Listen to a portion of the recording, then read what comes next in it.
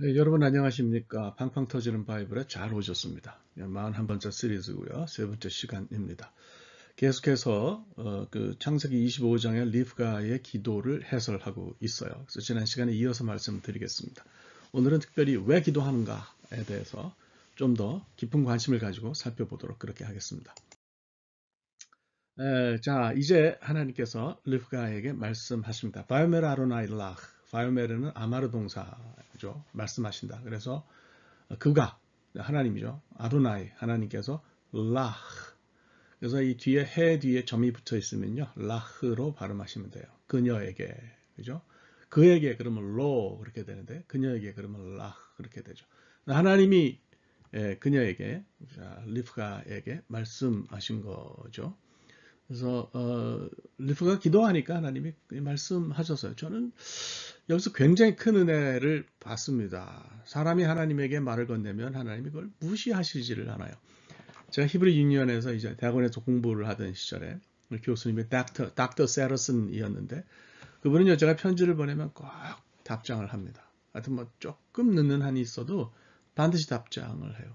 그래서 그렇게 참 학생 하나에게 관심 가져주는 게 이제 고맙다 그러니까 그분이 그래요. That's why I am here for. That's what I am here for. 그게 더 정확하네. That's what I'm here for. 그게 내가 학교에 있는 이유다. 그렇게 대답을 하세요. 제가 그걸 잊지를 못하겠어요. 문장이 짧으니까 뭐 기억하기가 좋아서 그런 건지는 모르겠는데 뭐 세월이 많이 흘렀는데도 20년이 지났는데도 이 영어 문장을 정확하게 기억을 합니다. 사람도 그런데요. 하나님은 어떠시겠습니까? 하나님은 계약으로 인간과 관계를 맺으신 후에 성실한 모습을 이제 보이시는 거죠. 그래서 우리가 어떻게 말하건 그걸 흘려듣지 않으시고 기억하신다, 대답하신다. 이걸 알 수가 있어요. 구약의 역사를 보면 뭐 하나님이 계속해서 사람에게 말씀하시는 그런 역사죠. 그래서 그걸 우리가 잘 좀 기억을 해야 될 것 같아요. 그래서 하나님이 사람에게 말씀하시기를 멈춘 적이 없고요. 주님께서 이 땅에 오셔서 사실은 공생애 동안에도 그렇게 하셨고 또 부활하시고 승천하시기 전에 40일 이 땅에 머무시면서도 말씀하셨고 또 예수님의 바톤을 이어받은 그 성령께서도 오늘 우리에게 말씀하신다. 예, 물론 이제 성경을 통해서 말씀하시죠. 우리가 잘 좀 이해해야 될 것 같습니다. 자, 리브가의 경우에도 예외가 아니었던 것 같아요. 예, 자, 하나님은 그녀에게 뭘 말씀하셨나요? 말씀의 내용은 싸움질의 해결이 아니었어요. 뱃속에서 두 아이들이 싸우는데 이거 뭐 어떻게 하면 아이들이 싸움을 멈출까요? 뭐 이렇게 물은 것도 아니니 뭐 하나님은 또 그거 이렇게 해야 싸움을 멈춘다라고 말씀하시지 않았죠. 그러니까 하나님은 단순한 그 싸움질의 해결이 아니고 그 둘을 통해서 이루실 언약의 성취에 대해서 말씀하셨어요. 형이 동생을 섬길 것이고 아우인 야곱이 언약의 성취를 이루게 될 것이라는 것이 전부였습니다. 그래서 뭐 싸움을 하니까 이제 염려돼서 하나님을 찾아갔는데 리브가가 이 일이 아주 커다란 구원사의 한 부분이라는 사실을 알게 됐죠. 그러니까 그녀의 상황이 해결됐다기보다는 하나님 역사에 대한 이해를 새롭게 한 것이 기도의 결과였습니다. 이거 우리가 좀 잘 생각을 할 필요가 있는 것 같아요.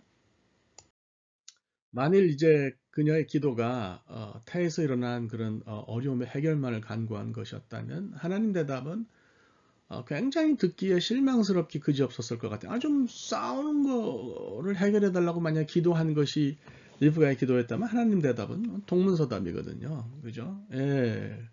근데 리브가의 기도는 좀 달랐죠. 그래서 하나님에게서 이 일에 대한 설명을 듣길 원했고 내가 이걸 어떻게 받아들여야 하는지를 물었다 그랬어요. 그래서 하나님은 그 싸움이 단순한 아이들 노름이 아니고 언약이 뻗어나갈 방향에 관한 것임을 이제 말씀을 하신 거죠. 그래서 리브가가 제대로 들었다면 이것보다 더 정확한 대답이 없었겠다 싶습니다. 그래서 하나님께 우리가 기도하는데요. 하나님 주로 우리에게 관심 있는 것은 언약과 관련해서 우리 삶이 어떻게 흘러갈 것인지를 말씀하시는 거죠. 그분에게서 집이나 땅값, 뭐 사업 결과 이런 걸 들으려고 한다면 하나님은 이제 엉뚱하게 말하실 수밖에 없다. 하나님 뭐 구타는 무당이나 점치는 점쟁이 아니시잖아요. 그걸 우리가 잘 기억해야죠. 하나님의 관심은 나라는 사람을 통한 언약의 성취예요. 그래서 요한복음 3장 16절, 17절에 있듯이 나를 통해서 세상 사람들이 어떻게 구원받을지, 나를 통해서 어떻게 하나님의 언약이 이루어질지, 내가 하나님 나라의 백성이 되면 어떻게 살아서 하나님께 영광을 돌릴지, 이제 그런 것에 관심이 있으시죠. 물론 그 과정 속에서 하나님 우리를 사랑하시고, 나를 돌보시고, 대답하시고, 보호하시고, 이런 것이 다 나와요. 이런 것은 우리가 먼저 하나님의 종으로서 하나님의 나라와 그의 의를 구하면 하나님의 종의 의숙주와 삶은 하나님이 책임지시는 거다. 이걸 우리가 이제 한번 생각을 해야 되는 거죠. 그래서 뭐가 먼저인지를 좀 잘 살펴봐야 하겠다. 이렇게 생각합니다. 자, 그러면 이제 우리가 한 가지 질문을 부딪혀요. 하나님이 이제 두 아이들의 삶을 미리 결정하셨는데요. 뭐 형, 동생의 삶을 결정하셨는데, 그럼 리브가는 왜 기도해야 됩니까?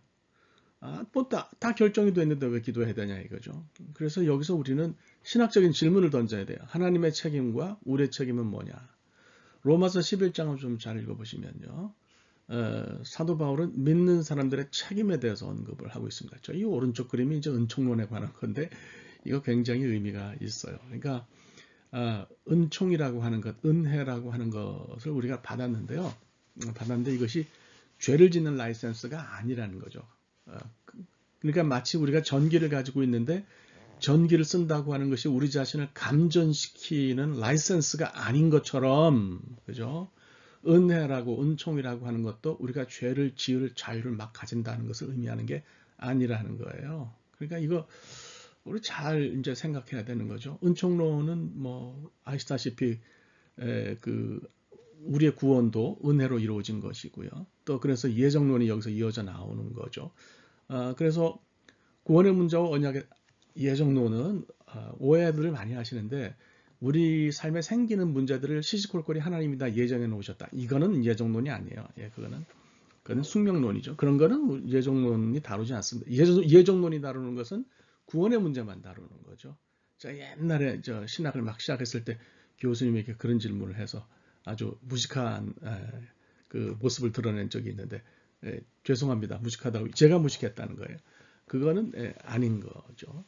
자, 하여간 하나님은 구원의 대상을 미리 예정해 놓으시고 세상의 모든 일들은 말씀하신 것처럼 섭리를 통해서 관장하시는 거죠. 예정을 통해서 관장하시는 것이 아니고요. 그래서 이런 이해를 단편적으로만 받아들이면 사람이 역사의 흐름 속에 관여할 필요도 없고 또 그런 가능성도 없다는 생각이 들 수 있는데 이 흐름이 이제 바울, 어거스틴, 갤뱅, 칼뱅 이렇게 이제 연결이 되는데 우리가 알아야 될 거는 하나님의 선택과 섭리가 무엇이든지 사람은 주어진 책임을 다해야 한다는 것이 하나님 뜻입니다. 그래서 모든 것이 정해져 있다 해서 구원이 정해져 있다 해서 농땡이를 치면 안 된다는 거예요. 그래서 하나님의 선택하시는 구원의 책임과 우리가 최선을 다하는 책임이 서로 부딪히는 것이 아니고 늘 함께 병립한다는 것이 성경 정신입니다. 두 개가 충돌하는 게 아니에요. 그죠? 그래서 이걸 알아야 되는데 믿는 신자들만 그런 것이 아니고요. 구원받지 못하는 사람들조차 하나님의 구원서가 땅에서 이루어질 수 있도록 협조적으로 살아야 한다는 것이 하나님의 뜻이다. 아니 뭐 이런 웃기는 경우가 다 있냐 이렇게 말씀하시고 싶으실 텐데 이것이 세상을 창조하신 하나님의 생각이고 원칙이라면 우리 만들어진 피조물들은 뭐 거기에 대고 항의를 못한다 이렇게 말씀을 드리는 거예요. 그래서 하나님이 구원을 예정하시고 또 이제 우리에게 일어난 모든 일들을 섭리로 관장하셔도 우리들은 책임이 있는 존재이기 때문에 책임을 지고 열심히 뜨겁게 살고 기도하는 모습을 보여야 된다고 하는 그런 이야기입니다. 은총론과 반대편에 서 있는 것이 이제 알미니아니즘인데요. 뭐 말씀드리면 그 뭡니까? 사람의 행동과 사람의 선택이 구원을 결정한다는 거예요. 그러니까 하나님이 예정하셔서 구원이 이루어지는 게 아니고 인간이 이제 구원을 아주 단적으로 말하면 선택한다고 하는 거죠. 근데 이제 이거 오늘날 여기에 근거한 그 교단들도 많이 있죠. 뭐 그런데 이쪽을 선택하면 제가 볼 때는 인간의 책임이 더 도드라지는 거예요. 구원의 문제 예정은 없고 사람들이 책임을 다해야 이제 제대로 살아야 구원받는 거니까 언약이 성취되는 거니까 그러면 더 이제 구원이 이 인간의 책임이 더 이제 성취가 되는 거다 이렇게 말씀을 드릴 수가 있는 것 같습니다. 이걸 우리가 잘 생각해야 되는 거죠. 둘 중에 뭐가 옳으냐? 그거는 제가 말씀드리지 않아요. 저는 개인적으로는 장로교 백그라운드에서 성장했기 때문에 저는 은총론 쪽입니다만, 그러나 뭐 알미니아니즘을 믿는 분들에게 당신들은 뭐 틀렸다 이렇게는 이야기하지 않습니다. 뭐 이런 질문이 좀 해묵었죠. 이게 결판이 났다면 뭐 장로교나 감리교, 성결교도 이제 감리교나 입장이 같은데 둘 중에 한 교단은 벌써 세상에 없어야 하는데 둘 다 멀쩡히 잘 있잖아요. 그러니까 서로 다른가 보다 하고 넘어가는 거죠. 누구든지 마음에 와닿는 교리를 선택해서 받아들이면 되지 않겠나 싶고요. 미국의 그 침례교단 안에는 캘빈주의자들과 웨슬레안들이 다 포함되어 있어요. 예, 그러니까 뭐 그거에 대해서 별 갈등을 안 느끼는 거죠. 뭐 어쨌거나 그렇습니다. 예, 그래서 말씀드리는 건 이거예요. 우리 믿는 사람들은 그저 하나님 걱정이나 염려는 하지 말고 내 진리가 하나님 진리인 것처럼 열올리지 말고 겸손하게 열심히 기도하고 책임 있게 살면 된다는 거예요. 어떤 사람이 이제 그 복권 좀 당첨되게 해달라고 하나님께 기도를 했어요. 하나님 말씀이 없으셔서 왜 도대체 내게 말씀 안 하시느냐 항의를 했더니 하나님이 그러셨대요. 야, 넌 좀 심하다. 암만 그래도 최소한 복권은 좀 사야 될 거 아니냐. 너 그것마저 사달라는 말이냐? 뭐 그러셨다고 그럽니다. 복권 당첨 같은 것을 위해서 기도하라는 것이 아니고 모든 일에는 최소한 우리의 책임과 실천이 필요하다고 하는 그런 얘기입니다. 그래서 하나님은 모든 것을 알고 계시고 모든 것을 섭리로 관장하시지만 아이고 예, 다 했습니다. 알람이 울렸네요. 우리가 기도를 통해서 하나님의 사역에 참여하기를 원하세요. 그것이 우리가 정해진 판 안에서도 기도해야 하는 그런 이유입니다. 예, 오늘 여기까지 하도록 하겠고요. 다음 시간에는 이제 그 에서와 그 뭡니까 야곱에 대해서 우리가 좀 함께 생각을 해보도록 그렇게 하겠습니다. 예, 대단히 감사합니다. 다음 시간에 뵙겠습니다.